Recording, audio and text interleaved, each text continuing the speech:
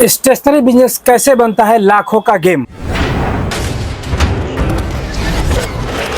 आज हम सूरत के नानपुर एरिया में आए हैं। यहाँ पर आपको मिलेगा अमर स्टेशनरी के पास लगभग आपको 1000 प्रोडक्ट देखने को मिलेंगे। इनकी सर्विसेज की बात करें तो आप यहाँ पे आपको 1000 रुपए से स्टार्ट होके 10,000, 20,000, 50,000, लाख रुपए तक की सर्विसेज आपको यहाँ पे मिलेगी। आइए जानते हैं इनसे कैसे इन्होंने मामा से 50,000 रुपए उधार लेकर 50,000 के बिजनेस को करोड़ तक पहुंचाया। अपने बारे में कुछ बताइए। हाँ, मेरा नाम अशोक पटेल है। मैं ऐसे बनासकांठा से हूँ और मैंने मेरा प्राथमिक पढ़ाई बनासकांठा में किया है। हाँ। आदर्श विद्यालय में। और उसके बाद मेरे को विचार आया चलो छोटे गांव में रह के क्या करेंगे। हाँ। तो कुछ बड़ी सिटी में जाते हैं, बड़ा बिजनेस करते हैं। अच्छा। तो सब बिजनेस करते हैं तो अपने भी करेंगे। खेती में तो कुछ है नहीं अभी लेने का। तो हमने सोचा तो हम पहले सूरत आए। सूरत थोड़ा 3 साल तक नौकरी किया प्रोविजन स्टोर में।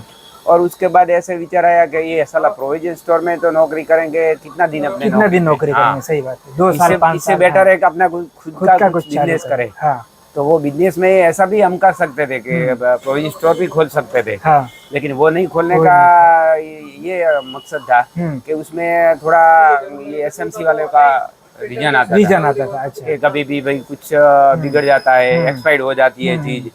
तो स्टेशनरी का विचार आया कि भाई इसमें कुछ एक्सपायर्ड होने वाली नहीं है। जो चीज लाओ वो कायम के लिए चलेगी, रोज के लिए चलेगी, कोई एक्सपायर्ड होने वाली नहीं। इसी वजह से हमको ये विचार आया कि भाई स्टेशनरी का शॉप ही खोलते हैं। अच्छा, बहुत कुछ किसी ने आप घर से सलाह थी या किसी ने आपको फैमिली मेंबर से कहा था? जब मैं प्रोविजन स्टोर में सर्विस करता था तब प्रोविजन स्टोर के बाजू में मेरा एक दोस्त का ये स्टेशनरी का शॉप था। हाँ। तो उससे मेरे को प्रेरणा मिली कि भाई मैं थोड़ी देर मेरे पास कस्टमर नहीं था तो मैं उसके यहाँ पे जाता। हाँ। और थोड़ी देर देखता तो कस्टमर देखता तो अच्छी ग्राहकी रहती थी उनके पास। और उनको बहुत सारा आदमी इन्वेस्टमेंट नहीं करना पड़ता था। इसी वजह से मैंने सोचा चलो अपने भी ये लाइन में जाने के लिए अच्छा रहेगा। तो मैंने तब से नक्की किया कि अपने को भी ये स्टेशनरी का बिजनेस करना है। तो मतलब वहाँ पर आप हर 2 दिन में या वहाँ पे जाके थोड़ा अनुभव या एक्सपीरियंस लेते थे? हाँ, मैं अनुभव हाँ उधर जाता था तब कस्टमर होता तो मैं भी उसको थोड़ा हाथ बटाते थे कि भाई चलो मैं भी कस्टमर का दूं। वो कस्टमर से कैसे बात करता है। हाँ। और कस्टमर को चीज देता है तो वो क्वेश्चन पूछता है तो क्या देता है पूछते हैं। अच्छा। हाँ, तो उसके बारे में वो कैसा जानना वो सब मेरे को पहले से क्या है कुछ नया करने का इच्छा था और हाँ। नया जानने का तमन्ना था कि अभी मैं नया कुछ करके दिखाऊं। और मेरे को ये भी था कि मैं बाहर आया हूँ तो कुछ करके दिखाऊं घर वालों को। हाँ। इसी वजह से मेरे को ये प्रेरणा मिली और ये बिजनेस आपने स्टार्ट किया। हाँ, तब से मैं। आपको ये बिजनेस में कितना साल हो गया? करीबन मेरे को ये बिजनेस में 25 साल हो गया। अच्छा, 25 साल हो गया आपको। हाँ। इस बिजनेस मतलब इस बिजनेस में आपको अच्छा खासा नॉलेज और एक्सपीरियंस है पूरा। अच्छा। एक्सपीरियंस है और मैं गवर्नमेंट सप्लाई भी करता हूँ। अच्छा, गवर्नमेंट स्टार्टिंग में मैंने जब शॉप शुरू किया था तब मैं एक शॉप ये लिया था। अभी मेरे पास 3 शॉप है। अच्छा, स्टार्टिंग में आपने एक शॉप लिया था वो आपके पास 3 किराए पे लिया था। 8,500 रुपये का किराए पे लिया था उस टाइम पे जब आपने ये स्टार्ट किया था तब 8,500 2006 में मैंने शॉप लिया था ये स्टार्टिंग में एक शॉप। ये बिजनेस जब स्टार्ट किया था उस टाइम आपका इन्वेस्टमेंट कितना लगा था? हाँ, मैंने जब स्टार्ट किया तब तो मैं बहुत इन्वेस्टमेंट करने के लायक नहीं था क्योंकि मेरे पास पैसा था नहीं। ओके।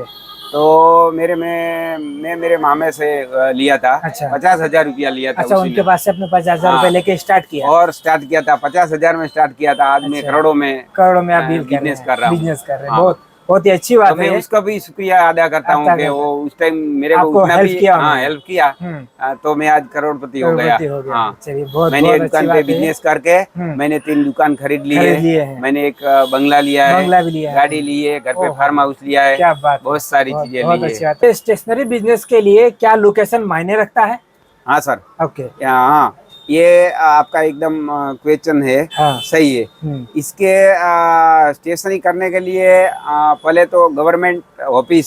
हाँ। या प्राइवेट ऑफिस या स्कूल या कॉलेज ये होना जरूरी है। ये 3 चीज आसपास होनी चाहिए। हाँ, बिजनेस हब मतलब शैक्षणिक के लगता कोई भी संकुलन हो ऑफिस हो, ऑफिस हो। गवर्नमेंट ऑफिस हो, हाँ। ये रहेगा तो ये बिजनेस बहुत चलेगा। बहुत चलेगा, जहाँ पर लोगों का आउटफ्लो आना जाना काफी आना ज्यादा जाना हो। फ्लो होता है। और ये दुकान चलो के अपने को शाक मार्केट में लेके जाएंगे, हाँ। के किराने के बाजू में, या या शॉपिंग कापड़ मॉल लाइन में। में, के शॉपिंग मॉल में जाएंगे तो तो चलने नहीं की चलने वाला गुंजाइश है। नहीं रहती है। अच्छा, तो लोकेशन बहुत मायने रखता है इस हाँ, business में। लोकेशन बहुत मायने रखता है। पहले तो लोकेशन देखना ही पड़ता है कि ये लोकेशन अच्छा है तो फिर भी ये दुकान चलेगी, बाकी तो ये दुकान कहीं भी लेके डाल दो तो नहीं नहीं चलेगा। चलने वाली है। बहुत। हाँ। पहला कस्टमर कैसे आया और आपने कस्टमर को कैसे अटेंड किया? हाँ, पहले स्टार्टिंग में जब हमने स्टार्ट किया ओपनिंग, तब ज्यादा करके मैं बोल रहा हूँ कि छोटा बिजनेस स्टार्ट किया था, तो हमने गिफ्ट आर्टिकल का स्टार्ट किया था। ओके। क्योंकि मेरा शॉप का नाम ही है Amar stationery and gift article. Okay, Amar stationery gift article. तो हाँ। मैंने गिफ्ट से स्टार्ट किया आपने। क्योंकि 50,000 में तो क्या आता है, गिफ्ट ही आता है। हाँ। तो हमने एक शॉप के अंदर गिफ्ट सजा के हम रखते थे।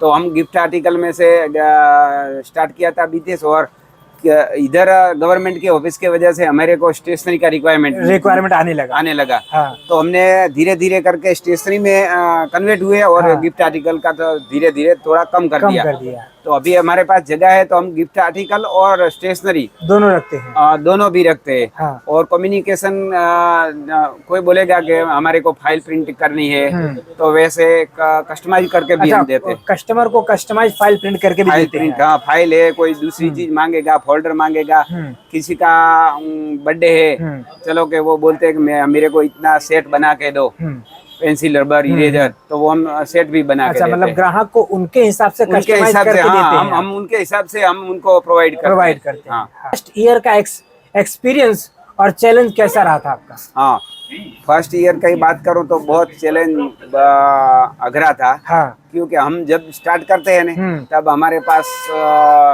जब दुकान का किराया हमारा था 8,000 रुपये। हाँ। और हमारा दिन का व्यापार 600 रुपया था। 600 रुपया, तो पर डे 600 होता 600 रुपया। हाँ। तो 18,000 तो हमारा व्यापार होता है। उनमें से मुनाफा कितना निकालेंगे? हाँ।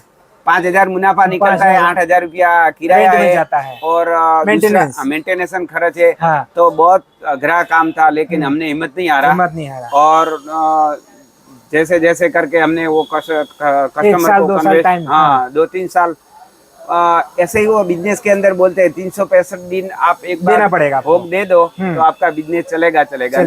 और ये मतलब एक टैग लाइन है कि 365 दिन आपको एकदम बांध के रख के देना ही पड़ेगा। आप 2-3 महीने में जो ऐसे मानोगे कि भैया तो नहीं चलता है, धंधा बदल देंगे, तो कोई किसी भी धंधे में आप बैठो, 365 दिन भोग देना ही पड़ेगा। तो ये एक बहुत पॉइंट वाली बात है। अगर आप कोई भी बिजनेस करते हैं तो उसमें आपको 365 दिन आपको देना ही पड़ेगा, तभी जाके फिर वो आपका बिजनेस धीरे धीरे रन करने लगेगा। शुरू में प्रोडक्ट रेंज आपकी क्या क्या थी और आज आपने कितना एक्सपैंड किया अपने प्रोडक्ट को? हाँ, शुरू में मैं बोल रहा हूँ कि शुरू में हम गिफ्ट आर्टिकल से स्टार्ट किया था। हाँ। और गिफ्ट आर्टिकल के साथ थोड़ा सा फोल्डर, फाइल, और पहले तो जो स्कूल के अंदर बच्चे लोगों के लिए सर्टिफिकेट रखने के लिए जो फाइलें आती थी, वो स्टार्ट की। उसके बाद हमको जैसे रिक्वायरमेंट आने लगी ऑफिसों में से कि भाई पेपर स्टार्ट करो, तो A4 पेपर से लेजर पेपर है, दस्तावेज बनाने के लेजर पेपर आते हैं, वो है।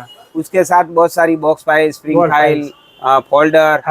इनके बाद तो इतनी सारी प्रोडक्ट आई कि हमको भी पता नहीं कि ये सारी प्रोडक्ट हमने कैसे मैनेज की। इतनी सारी प्रोडक्ट है, आज हमारे पास हजारों प्रोडक्ट है आपके पास। चलिए, बहुत अच्छी बात है। आप अपना स्टेशनरी का स्टॉक्स लोकल से लाते हैं या फिर आउटसोर्स करते हैं? नहीं, आउटसोर्स करते हैं, सब कंपनी से लेते हैं। सपोज हमारा सेलो का पेन हम बेचते हैं तो उसका डिस्ट्रीब्यूटर होता है कंपनी वाइज।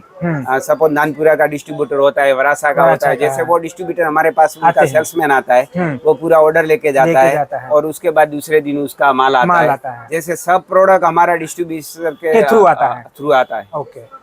ग्रो मोमेंट कब आपको ऐसा लगा कि अब हमारा बिजनेस एकदम चलने लगा?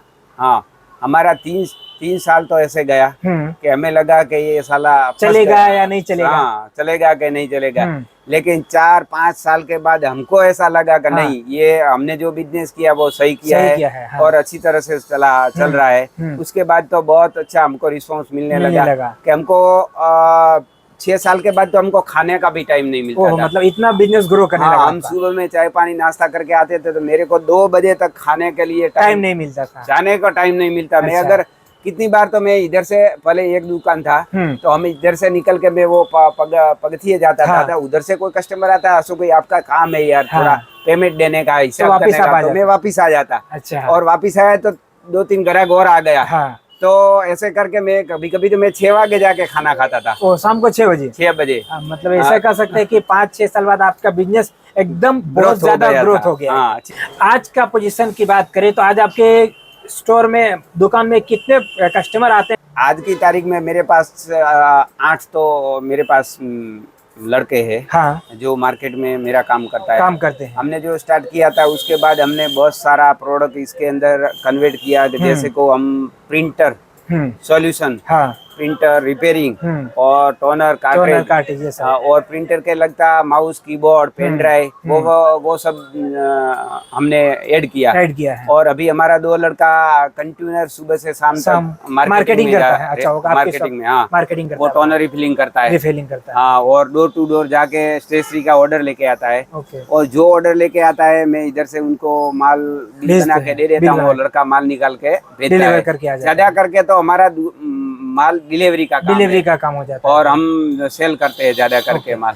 कि आपका व्यवहार अच्छा होना चाहिए। हाँ, ये बहुत बड़ी बात है। स्टेशनरी में ये पॉइंट बहुत मायने रखता है। आज मैं गांव में जाके, मेरा कोई भी लड़का जाके बोलेगा गमर में से आ रहा हूँ, तो एक गाड़ी पेपर देगा, 5 लाख का माल देगा तो पूछेगा नहीं पेमेंट कब दोगे। क्या मतलब इतना अच्छा रेपुटेशन आपने बनाया है, इतना क्रेडिट बनाया है हमारा। क्रेडिट कह सकते हैं कि सालों का आपका ये क्रेडिट बनाया है। इस बिजनेस में कंपटीशन से अलग रहने के लिए क्या क्या करना पड़ता है? ये बिजनेस के अंदर सबसे अलग रहने के लिए पहले तो जो प्रोडक्ट पहली आती है वो प्रोडक्ट अपने दुकान पे लाके सजा के रखने का, और उसका प्रोडक्ट आया तो उसका भाव एकदम कंपटीशन के हिसाब से एकदम माइन रखने का, नई नफा नई नुकसानी के हिसाब से आपको वाले प्रोवाइड करने का।